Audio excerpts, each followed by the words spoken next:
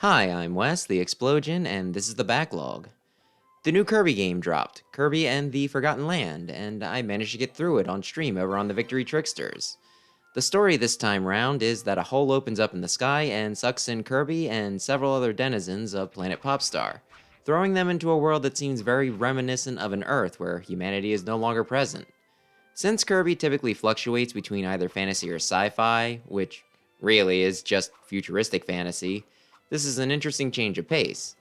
It can be kind of depressing though, as you get gallery items that describe some of these artifacts, mentioning about how everyone that was involved with a company or item just loved being alive so much. It's a very subtle kind of bummer.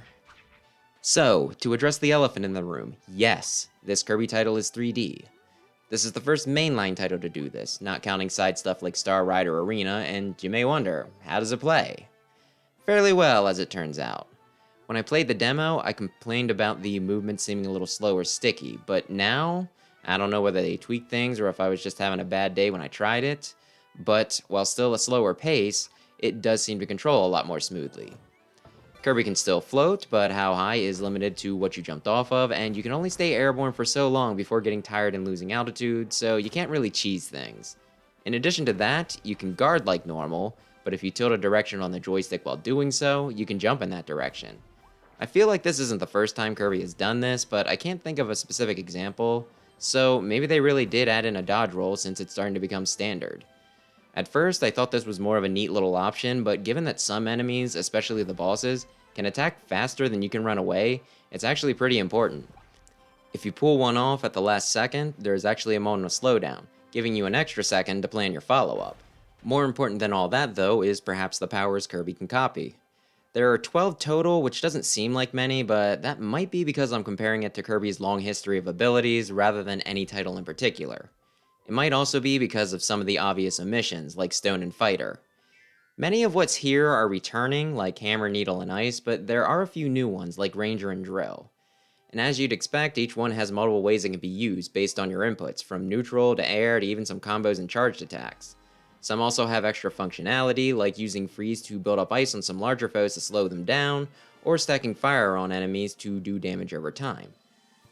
Most interesting of all, though, is that you can evolve powers to make them stronger and give extra abilities. If you put in the time to upgrade them all, you can be pretty overpowered as you near endgame to the point where it almost feels like you're cheating. Given that each power has multiple tiers, it kinda makes up for the limited selection of abilities you have to choose from. And just about all of them are a blast to use. There's only one or two that I really didn't like using. I went into the game expecting to try and get away with using only bombs the whole time, but I found myself wanting to switch powers often so that I could play with all of them. In addition to the 12 copy abilities, this game adds Mouthful Mode, the gimmick that will likely never return outside of this one. And it's weird. Kirby titles have always been a little strange, what with you eating living creatures whole and absorbing their powers, but this time, Kirby stretches himself over the object he wants to gain its abilities, and it's weird. In some cases, it kinda looks like somebody skinned Kirby and stretched him over an object as some sort of horrific decoration, but I guess since the guy doesn't mind, it's fine? These mouthful modes vary in function, from granting Kirby powerful attacks, helping him reach new areas, to just moving something out of the way to open a path, to whatever else I'm forgetting, and despite my misgivings about the way they look, they all largely play well and are satisfying to use. The car steers nicely. It's fun to take out groups of enemies with the cone, and the light bulb is silly. The game often puts barriers in your ways to make you ditch these powers so that you can't break the game with them, and none ever overstay their welcome. While creepy, it's a fun addition. If you're feeling confident in your ability to use a certain power, both copies and mouthfuls, there are bonus stages called treasure roads. Each focus on a particular power that you need to complete an obstacle course within a certain time limit to earn a reward. These are not only a nice challenge, but with the way they're presented, they can also teach you how to use an ability in a way you might not have thought of before. For instance, one of the early bomb courses has you flipping switches that you don't have enough time to run to, so if you miss that you can roll bombs, you'll have to experiment until you hit upon the solution. In addition to the regular time limit, there is also a target time that will net you a little extra bonus if you clear. Which brings us to collectibles. The most common form is star coins, which you find going through levels, killing enemies, completing challenges, really by doing just about anything. You can also use them for just about anything, so that's kind of appropriate. Then there's the figures you can collect. You can find some in capsules scattered throughout levels, as well as buying them from capsule machines with your extra coins. While a few of the first ones you get are set, and some are unlocked by fulfilling certain conditions, most of them are random and you can get doubles, so pulling from the machines can be addicting. Then there's the weapon evolutions, which require coins, blueprints, which you find either hidden throughout levels or by beating bosses, and rare materials, which are primarily rewarded by completing the treasure roads. Then, perhaps most notable of all, are the Waddle Dee, scattered throughout the levels. Completing each stage will rescue 3, but there are also several hidden throughout each stage. When you're close, you can hear them make an odd little crying noise, giving you a clue that you're in the right area. In addition to that though, you're awarded additional Ds by completing tasks in each stage, from finding hidden areas, interacting with different objects, or beating a boss with a specific weapon, to name just a few. Starting out, each objective will be hidden but will be uncovered as you start making progress on them. Plus, completing the level will also reveal a task that remains hidden, so that with a bit of persistence, it can save you from having to look up a walkthrough to figure out some of the more obscure requirements. At the end of each world, you need so many Waddle Dee to break down the gate to the boss, but unless you're asleep at the wheel, this should never really be an issue. Getting enough will also uncover treasure roads, but given that you can suss these out yourself without help, this too is hardly a requirement. No, the main purpose for saving the Waddle Dee lies elsewhere. And that's Waddle Dee Town. When you first reach this little area, it is in ruins, but as you rescue more and more Waddle Dee, buildings get rebuilt and more things open up to do in town. There are stores to buy stuff at, including the gachapon machines, minigames to play, galleries to view, and even the arena. You can also interact with the town's denizens, playing nice by waving to them or being mean and attacking them so that they play dead. The layout is nice and feels very lived in. It's all very cute and fun, and I'm very happy that they put this in the game rather than just a series of menus with just the same functions. As for the difficulty, this is a children's game. There is a breeze mode and a harder wild mode that gives more coins, but even on the higher setting, it's still pretty simple. While there were a few fights near the end that got me close, I beat the whole game without dying once. There were some treasure roads that I did afterwards that managed to KO me though. And yeah, I think this is fine. While I know this will be a deal breaker for some people, heck, it was for me an epic yarn, I personally think that game developers are free to make games as challenging as they want. That means we can get a hard as balls Cuphead and a light and breezy Kirby. And personally, with the exception of the two far ends of the spectrum, I can enjoy both. Besides, I kinda feel like the challenging Kirby has never been in the main campaign, it lying in collecting all the dumb little things scattered throughout all the stages and or whatever bullcrap post-game they throw at you.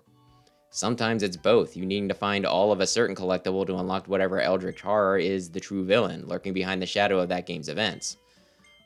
Ultimately though, it is a children's game, so that is something to keep in mind before picking this up. There were several times throughout my playthrough where I would tilt my head at something, wondering why they made something so simple, something so obvious, or were so generous with handing out powers needed to complete a puzzle rather than making me plan ahead. Only to remind myself that yes, this was designed with a younger demographic in mind. Now for the miscellaneous stuff. The visuals are nice. While I don't think you'd call them next gen, the graphics here work for what the game was going for. There's some nice textures, the enemies are cute, and the setting does a good job of depicting what we would consider a modern civilization that has been left behind in various states of ruin depending on the elements. The bosses vary a little bit from what you would expect from a Kirby game. It doesn't seem like quite the style, but then again, this game did differentiate itself a good bit from the regular setting, so it works. It works. And while there weren't too many tracks that got stuck in my head, the music is largely pleasant and fit very well with the environment. The game itself isn't terribly long, it taking me about 8 hours, with longer playthroughs taking up to 10, but if you take the time to go back through and collect everything, especially the Waddle Dee, it should take a good deal longer. Plus, with the handful of minigames, there's even more opportunities to kill time. There's also a post-game, which should not only add a few hours to your playtime, but I hear might also put you through the ringer if the main game was too easy. Overall, I do think this is a terrific game. It doesn't break the mold, much of what's here being done in other games, but a lot of it is new for Kirby, and the combination of everything it uses, if not unique, hasn't been done often and likely not as successfully. If you're new to video games, this is a pretty good one to get started with. If you're not terribly skilled at them, this is pretty reasonable and forgiving. There's also a 2-player co-op mode, which further adds to this since more skilled players can help those less so through the game. And if you do need a challenge, there's the treasure roads, all the collectibles to find, a boss rush, and even the fabled postgame. I guess what I'm saying is that I'd recommend this to most people. The only types I'd say should avoid it being those that hate 3D platformer collectathons, or those that are turned off by the main game not being terribly hard. While this isn't my favorite Kirby game, it's definitely up there and was a positively lovely experience. While I did finish the main game, and so I won't be adding it to the backlog, I am still going to mess around with it, and if not getting 100%, I will try and get at least as close to that as possible. And really, this is the game so many people love? The one with a normal mode that's more difficult than most actual hard modes, that beats you into the ground, hits you immediately after a cutscene, will sometimes automatically kill you when you don't hit a QTE when you're in the middle of a cinematic, has a lock-on that works maybe half the time, and throws unclear objectives at you. This is the character that you wanted so badly in Smash. In case it's not obvious from the video, I also played Bayonetta this week and had a very bad time with it. Though rather than outright condemning the game, I think it'd be more accurate to say that my feelings are complicated on it. I guess we can start by lightly touching on the story. Bayonetta is an Umbra witch, and she goes about killing the forces of heaven. She's been recently awoken from a seal and has amnesia, so she goes looking for a gem that seems to be a counterpart for the one that she wears, hoping it might jog her memory. It's the sort of story where most of it doesn't make sense until you get to almost the end and all the pieces click into place. The plot's interesting. There's a part of me, though, remembering all the parents railing against Pokemon for being blasphemous and wondering where they were all at for this game. Did they run out of steam and just give up? Then again, this isn't a conversation that I'd want to have with my own mother, so you know what? I'm not going to question it. Anyway, rather than talk about mechanics, which I don't think I'm adept enough with to discuss, instead I'm going to go over my own experience with the game. I played through the whole thing on normal, which was likely a mistake. I tried playing this game over a year ago and got stuck at the boss at the end of chapter 2 or 3, the first encounter with the angel dragon thing inside the church. When I went to restart this time around, I tried searching to see if maybe a lower difficulty would be better, because as much as I hate playing on anything lower than the standard setting, sometimes games are designed with a much more hardcore player in mind, and the easier mode is actually more in line with what you'd expect for a first run. Instead, I was informed that there's really no point in doing anything other than normal. Hard mode and extra characters being unlocked if I cleared that, and easy and very easy being way too easy.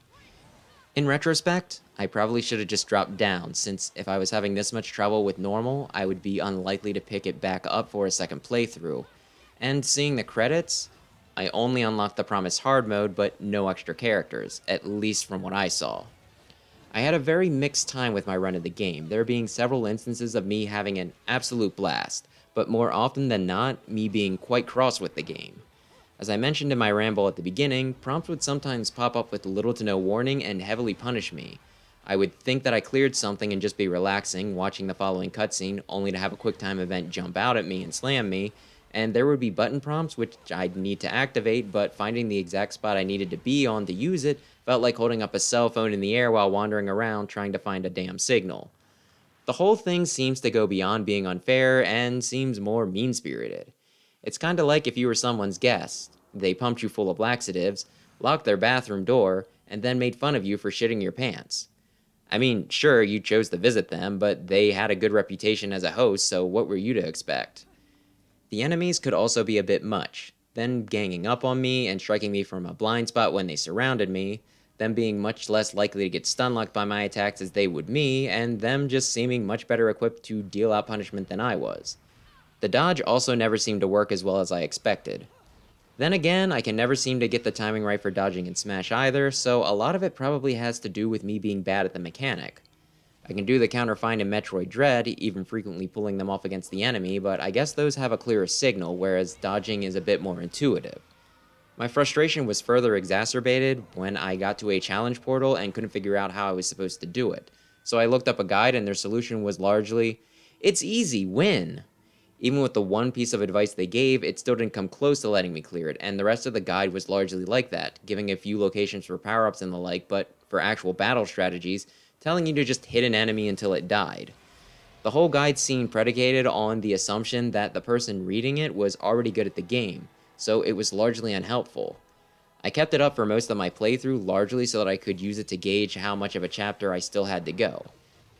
I did get a good deal of satisfaction, though, when I would glance at it and the author would mark an encounter as being particularly hard, and I would somehow manage to cave the enemy's skull in, like against that one doppelganger fight. Even with all these complaints, though, there are 3 reasons why I can't just write Bayonetta off as a crap game. The first is that it seems to be designed to be punishing. The main character is a tall, dommy-mommy type, wearing what looks like tight leather that's actually her hair, that performs weird, sometimes contortionist poses, and can pull off torture attacks ranging from just getting bent over her knee and spanked, to getting run over with a stone wheel covered in blades. Heck, when you think about how the character who could be considered the love interest goes from cool action scenes to getting toyed with and thrown around, masochism seems to be baked into the game. Looking at other people's opinions, most talked about the game kicking their ass multiple times, and yet none seemed to complain about it. You also seem to have unlimited retries, so other than a few bosses without checkpoints, typically you don't lose a lot of progress, it'll just tank your score. The game isn't very long, about 10 hours, so while not the sort of thing you'll just knock out in an afternoon, the length does seem to invite replays. It seems to be designed to just beat you into the dirt until you get it down, and then after that, the real game begins. This leads right into my second point, that I think I would enjoy a second playthrough much more than I did my first. While there are still several enemies that I didn't get down, even some mid-level ones, overall I got much better at the game than I was at the start. The parts where I had the most fun were the ones that I felt in control and was kicking ass. Playing through it again would give me this heightened level of skill from the get-go and be conducive to this feeling of badassery. Even when it comes to the stuff that I'd describe as unfair, I'd be much better prepared and could see more of it coming, letting me skip some of the frustration. And the final thing making me look fondly upon Bayonetta is sort of a recency bias that my brain is prone to. You see, for some dumb reason, I didn't have trouble with the last 2 bosses and found the final one in particular downright fun and quite the spectacle. I'm simple enough that since the game went out on a high note for me, it colors over a good bit of the negativity I was feeling. There's also a bonus game at the end of each chapter that I was lousy at first, but then became practically a fiend at, that they gave me one last go-round with after the final, further solidifying my bias. So yeah, despite my largely negative experience, at the end of the day, I can't hate Bayonetta. Then just a few random notes about the Wii U version that I played. First, you needed the gamepad connected to be able to play it. When I got to the tutorial, it started telling me how to do touch controls, to which I immediately said, nope, and swapped to a Pro Controller, setting the gamepad aside and forgetting about it. When I tried starting the game back up later, it told me that the controller was disconnected and I couldn't start it up, so I needed to find an extra outlet for the damn thing. Even when I was in-game and using the Pro Controller, it stopped again when the pad died. Kind of annoying. The Wii U also had Nintendo-exclusive costumes, dressing Bayonetta like Peach, Daisy, Link, and Samus. Since I was on a Metroid kick, I used the Samus costume for the majority of the game, so just ignore that I had that on screen when I was talking about Bayonetta's typical clothes. There were also some crows in some of the levels that I could grab to get emotes for the Miiverse, which I didn't realize why I was collecting them, and then when I found out, I immediately stopped since not only do I not use the Miiverse is dead, so no one will ever use the Miiverse again. There's also a Switch version, which I'm sure has some of the costume options, though since I already had this copy, that's what I played. I have a bad habit of getting a game, sometimes even a rare one that I had to search out and pay a bit extra for, only to have a superior port come out, making the one I have obsolete. Oh, and one last nitpick, why do only large enemies have health bars? Do you really think I don't want to know how close I am to killing small fries too? So here's my recommendation, and it's gonna be a bit complex. First, do not play this game if you too are not rated M for mature. There's a lot of suggestive bits and fetishized violence, as well as themes that could get you kicked out of your congregation if you happen to be overly religious. If you are of age and like the genre, what's it called?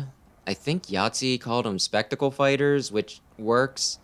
And you like a challenge while not minding getting slapped around, give the game a go, especially if you think it seems like the sort of thing you might want to play multiple times. Even if you're not that type of person, but you think that the characters and story look interesting, pick it up anyway and just play on a lower difficulty. Don't be like me and think that you're too gamer to do less than normal. I feel like this is a pattern with me.